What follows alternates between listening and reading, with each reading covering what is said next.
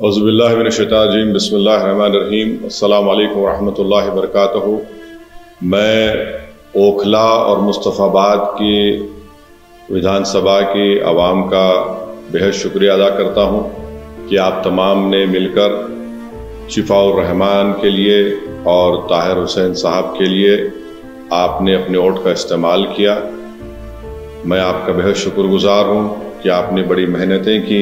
मैं तमाम मजलिस के अरकान का, जनाब शिफाउर रहमान के साथियों का, उनके फैमिली का, ताहिर साहब के फैमिली का और ख़ास तौर से शिफाउर रहमान और ताहिर साहब के शरीक हयात का और ताहिर साहब के 20 साला नौजवान फर्जन का, इनका भी बेहद शुक्रिया अदा करता हूँ कि इन्होंने बड़ी मेहनत की, जस्तजू की।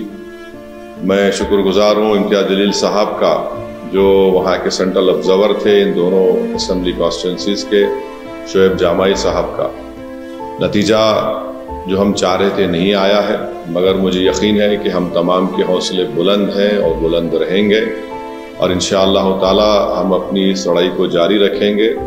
जमहूरियत हमको इस बात की इजाज़त देती है कि हम अपने पसंद के उम्मीदवारों को उतारें। हमारी कोशिश शुरू से यही थी और यही रहेगी कि हम अपनी एक आज़ाद सियासी क़यादत को बनाएंगे ताकि वो वहाँ की रियासत के असम्बली में जाकर आवाम के बेबाक मसाइल को उठा सकें बेबाकी से।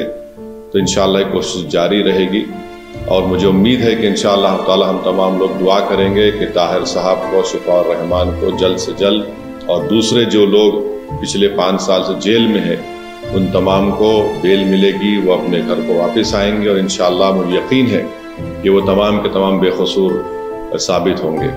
मैं एक बात अवाम अन्नास को बताना चाहता हूँ कि नतीजे आने के बाद आप देख रहे हैं कि जो लोग अपने आप को बड़ा सेकुलरिज्म के दावेदार कहते थे, वो दोनों सियासी पार्टियाँ आज एक दूसरे पर बी टीम का इल्ज़ाम नहीं लगा रही हैं। इससे ये बात साहब जाहिर होती है कि जहाँ मजलिस इलेक्शन अगर ज़्यादा सीटों पर लड़ जाती तो ये फ़ौरन इनका ये हरबे हथकंडे इस्तेमाल करना शुरू हो जाते।